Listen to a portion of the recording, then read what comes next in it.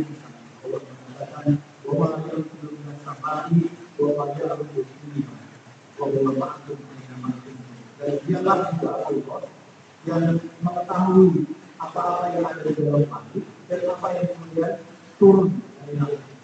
Maka sesungguhnya Allah itu mengetahui kita hanya merasakan hati.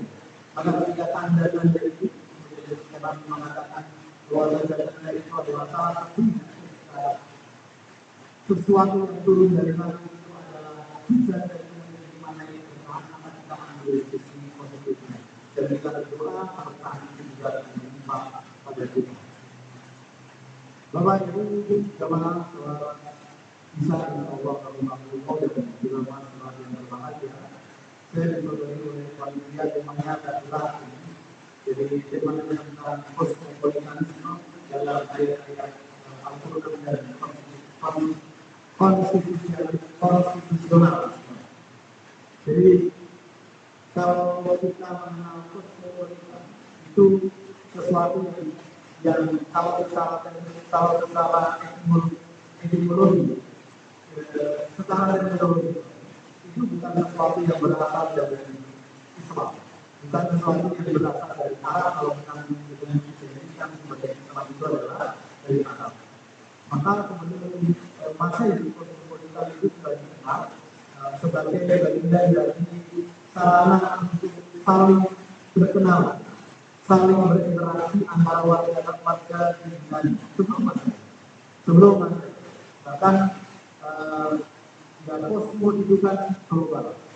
Kosmo itu adalah dunia, politik itu adalah warga. Maka ketika kita mendefinisikan kosmopolitan itu adalah satu warga negara dunia. Nah, kenapa kemudian disebut kosmopolitan? Pendeknya adalah kita kemudian ingin memberikan penghargaan bahwa manusia itu sama, bahwa manusia itu derajatnya sama, tidak beda-bedakan. Bisa jadi latar belakangnya berbeda, bangsanya berbeda, sukunya berbeda, bahasanya berbeda, bahkan agamanya juga berbeda. Tapi ketika bicara soal kosmopolitan, karena dulu di itu dikenal dengan polis, negara-negara kota, dan di kota itu tingkat kalau dalam Islam itu asobiannya tinggi, jadi asobiannya tinggi, maka itu dia. Jadi ini dia. Ini yang kemudian muncul dalam belakang ketika kita menyebut kosmopolitan, maka mendefinisikannya adalah kesetaraan.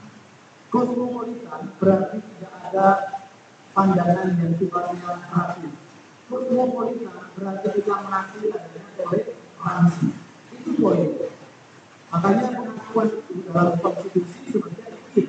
Dalam konstitusi kita melihat pasal 23, pasal 27 dan pasal 28 Undang-Undang Dasar 45.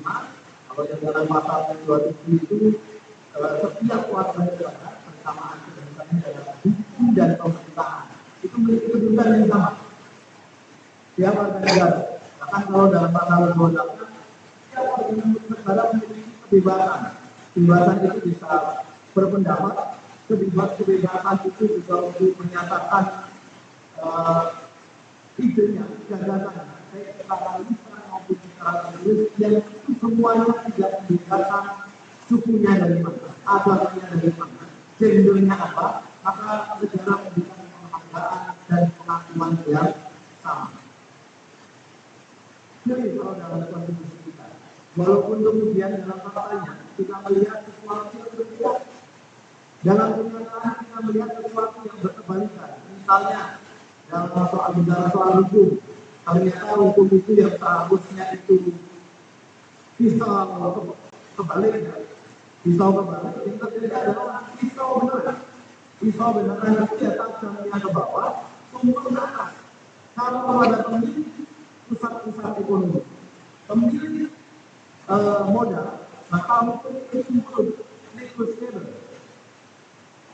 Kepada pemilik kuasa, hukum itu negosiable. Tapi ketika bicara kepada orang yang tidak memiliki kuasa, orang yang tidak memiliki akses ekonomi yang kuat atau lemah akses ekonominya, maka hukum itu berjalan berdasarkan kepastian. Dalam beberapa hal orang melihat demikian kondisi. Meskipun seharusnya kalau dasar kepada konstitusi harusnya pisaunya kembali, harusnya yang atas itu pasang bahwa itu memberikan perlindungan. Nah, baru memang kemudian dikenal dengan istilah restoratif justice. Tapi itu pun baru-baru kekinian, baru-baru kekinian dan dalam faktanya kita juga masih menjumpai faktanya juga berbeda. Pun demikian dalam politik.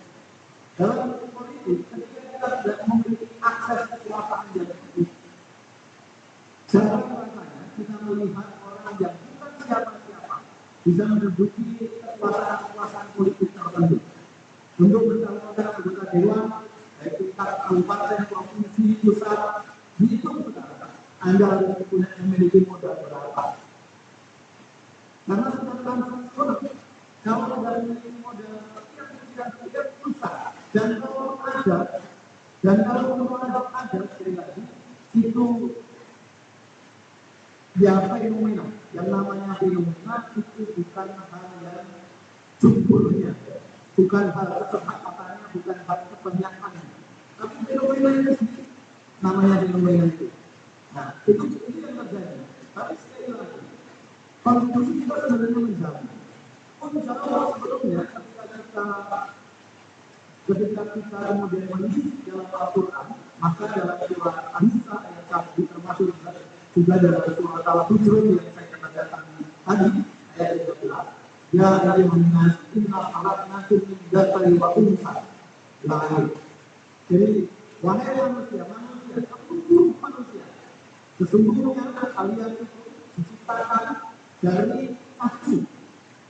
Dan tafsir kalau dalam tafsir menyebut bahwa satu itu artinya adalah dari dua unsa, dari Adam dan Hawa. Sehingga ketika kita memperdebatkan kehubungan kita masing-masing, karena kita mungkin merasa punya rasi yang lebih tinggi, punya mungkin ya tubuh yang lebih tinggi, dan segala macam itu. Lihatlah hulunya kita adalah tidak dua unsa dari Adam dan Hawa satu. Kalau dulu zaman Jerman dia kemudian mengutarakan ras Arya itu adalah ras tertinggi. Untuk ketika Yahudi mengatakan adalah ras Yahudi adalah ras terlibat, maka kemudian menolak kemudian Muhammad karena Muhammad meskipun sudah ada tanda-tanda dalam kitab yang disebutkan di Taurat, tetapi ditolak karena Muhammad itu bukan dari ras Yahudi, bukan ras dari Yahudi. Nah, ini sebenarnya kalau dalam konteksnya harus kembali bahwa mau antara Arya, mau antara Arab, Yahudi, Turki dan segala macam termasuk Jawa, dan segala macam, fitrah itu dari dasar dua ini, dari Adam dan Hawa. Satu. Nah, satu itu apa konteksnya? Kemudian jelaskan Allah diciptakan berbangsa-bangsa dan bersuku-suku. Bita'arofu, bangsa-bangsa dan bersuku-suku untuk saling mengenal. Ini poin. Kalau dulu, ketika Nabi Muhammad SAW itu belum membawakan risalah Islam, maka kesedihannya tinggi sekali. Bahkan ketika kemudian berebut, salah satu contoh, berebut untuk meletakkan hajat aswad kembali pada posisinya ketika direnovasi, mereka merasa itu mereka paling punya hak. Karena kesedihan itu tinggi. Nah, kemudian itu diselesaikan oleh Nabi, termasuk ketika di Madinah, Aus dan Khazraj, pertempuran antara persaingan antara Aus dan Khazraj itu juga sama. Bahwa mereka merasa menjadi bagian yang paling berkontribusi, merasa punya itu memiliki istimewaan. Maka itulah yang kemudian diselesaikan oleh Nabi, salah satunya dengan surah Al-Quran ayat 13, bahwa kalian tidak perlu meninggikan hidup kalian, suku kalian. Meskipun sebenarnya kalau kita lihat ayat ini sangat futuristik, karena zaman Nabi itu belum mengenal bangsa, Arab itu belum mengenal bangsa, tapi sudah mengatakan suku berbangsa-bangsa. Nah, berbangsa-bangsa. Jadi ya karena dalam fenomena di luar ya, di Peru ya, ada kemudian bangsa Persia dan segala macam itu kondisi existing yang ada. Meskipun di Arab kondisinya tidak ada yang berbangsa dan adanya suku-suku, bila kecil lagi.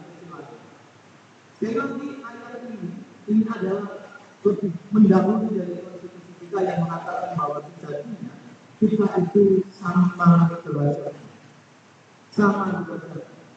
Secara fisik bisa jadi berbeda. Ada yang berkulit putih, berkulit kuning, berkulit sawo matang, berkulit saya ya sawo matang cenderung hitam, dan lain-lain kita orang Jawa kan demikian. Tapi itu tidak bisa kemudian menjadikan kita merasa bahwa kulit kita paling bersih, maka kita kemudian kulit kita paling putih kemudian menjadikan kita lebih merasa unggul dibanding yang lain. Maka kalau kemudian kita diberi kesempatan untuk berjalan-jalan keliling dunia, maka kita akan semakin menjumpai perbedaan. Kalau misalnya kita ketika umroh, menjumpai perbedaan. Ada yang kulit putih, ada yang kulitnya sama, kulit kuning, ada kulit hitam, ada kulit akhir. Dan semuanya tidak ada bedanya. Tidak ada bedanya. Ini clear. Jadi clear sebenarnya bahwa kita tidak ada bedanya. Walaupun kemudian penutupnya adalah ketika Allah kemudian mengatakan inna akramakum indallahi atqakum. Sejatinya yang paling mulia di sisi Allah adalah orang-orang yang paling takwa itu ada di dalam hati. Kita tidak bisa memvonis orang baik takwanya menjadi termasuk kita tidak bisa mengatakan bahwa kita sering kalimat, kita sering tadarus, kita sering ngaji, kita sering tahlilan, kita sering zikir dan segala macam, karena takwa kita lebih tinggi dari Allah. Yang bisa menilai itu adalah Allah Alim. Allah yang betul-betul paling. Kita tidak bisa menilai orang lain. Itu poin pertama yang kita sampaikan, bahwa pengakuan dalam Al-Quran itu sudah terdahulu konstitusi kita, bahwa sebenarnya manusia itu memiliki kesetaraan. Jadi diajarkan terhadap perbedaan itu kita untuk saling bertoleransi. Nah, berikutnya, apa yang bisa kita lakukan dengan perbedaan itu? Apa yang kemudian kita bisa lakukan dengan kebijaksanaan itu? Nah, kalau dalam konteks waktu, kehidupan berbangsa kita bicara, maka kosmopolitan itu sebenarnya adalah kalau kita melakukan kritik ya terhadap term ini, maka sebenarnya itu adalah bagian dari global campaign. Global campaign untuk kemudian mengiyakan inisiasi atau dalam kutip adres kepentingan negara maju pada negara developing country, termasuk Indonesia. Jadi ketika bicara kosmopolitan, maka kita melihat misalnya budaya yang mendunia, yang ada dalam budaya dunia yang kemudian kita anggap sebagai budaya bangsa. Apa budaya Indonesia sekarang ini? Kalau dulu zaman aku misalnya, ya dalam muda saya kenal ya budaya Indonesia itu adalah kita hafal dengan instrumen, ketika kita hafal dengan metode dan segala macam. Kan berbeda. Yang namanya budaya Indonesia itu adalah kita hafal kultur, nama dan seterusnya. Nah, sekarang begitu. Padahal syarat ketika kita bicara ta'aruf, karena poin dari kosmopolitan itu adalah ta'aruf. Ta'aruf itu adalah saling mengisi. Ta'aruf itu adalah saling mengisi.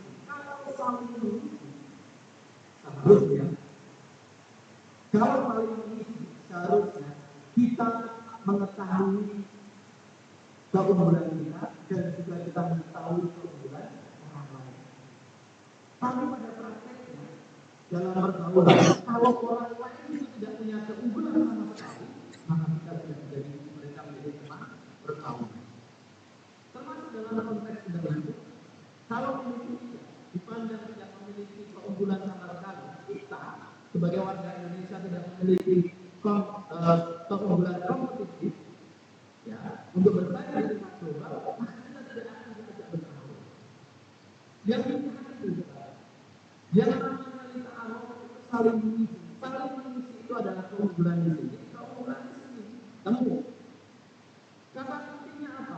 saya mengusulkan sebenarnya adalah kata kunci dalam arus dalam era kosmopolitan itu adalah keramah-tamahan universal.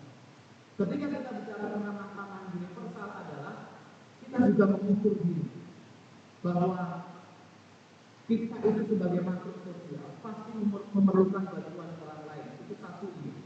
Tapi di sisi lain adalah bantuan orang lain itu dalam beberapa hal tidak menjadikan, tidak mendorong kita untuk juga kemudian mencapai apa yang kita inginkan.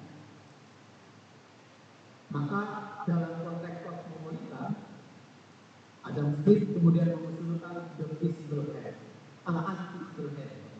Ya, jadi tangan-tangan yang tidak terlihat, yang kemudian dijawantahkan dalam bentuk marketplace.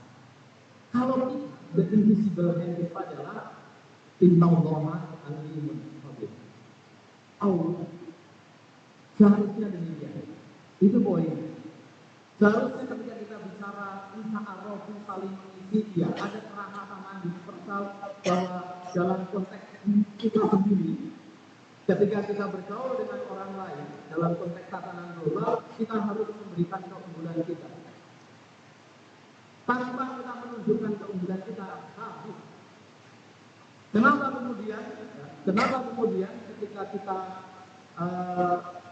nama-nama Indonesia itu jarang kemudian bisa bersaing di tingkat global, misalnya dalam ya civil global, banyak juga orang-orang India, karena orang-orang India bisa menunjukkan kompetisi dia, menunjukkan keunggulan dia, dan itu kita harus terjadi.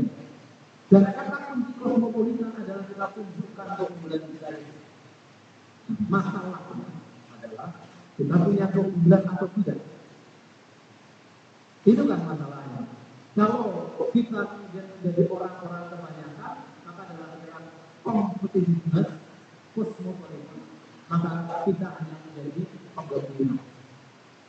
Dan kalau menjadi penggembira, maka kita tidak menjadi berlimpah.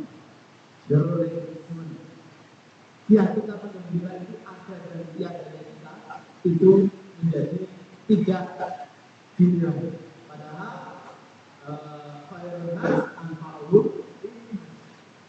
sebaik-baik manusia itu yang memberikan manfaat. Ketika kita diberi manfaat kepada pihak lain, keunggulan kita apa? Keunggulan kita kalau kita punya ini, ya kita sah. Keunggulan kita apa? Ketika kita punya uang, kita sah uang kita itu. Keunggulan kita apa? Keunggulan kita adalah ketika kita punya effort yang tinggi dalam satu bidang itu, kita fair effort kita itu. Maka sekali lagi kata kunci dari keramah-tamahan universal itu adalah satu. Kita harus mengumpulkan keunggulan kita, jangan sampai kita dimanfaatkan oleh pihak lain, apalagi dalam pergaulan global, yang pada akhirnya mereka itu memanfaatkan hanya untuk kemudian konsumsi bagian dari agresi kepentingan, ya agresi kepentingan, dan kita akan menjadi pihak receiver.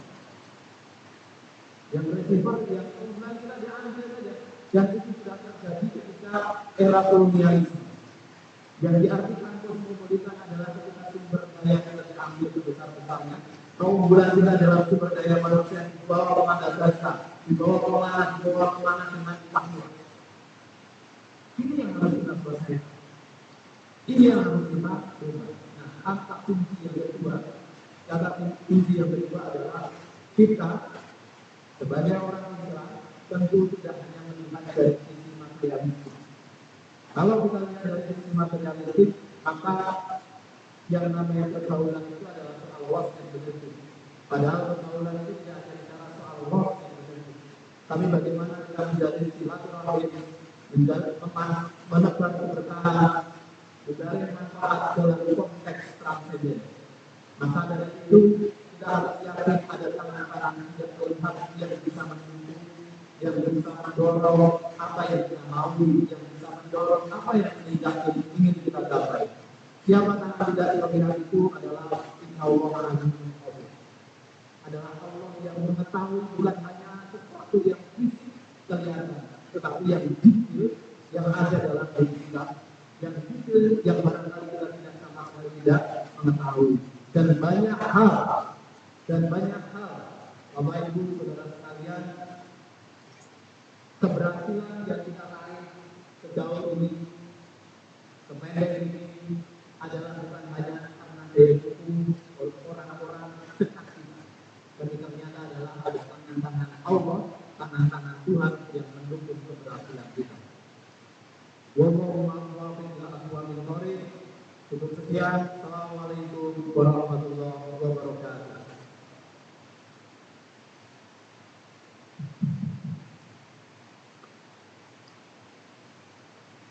Assalamualaikum warahmatullahi wabarakatuh.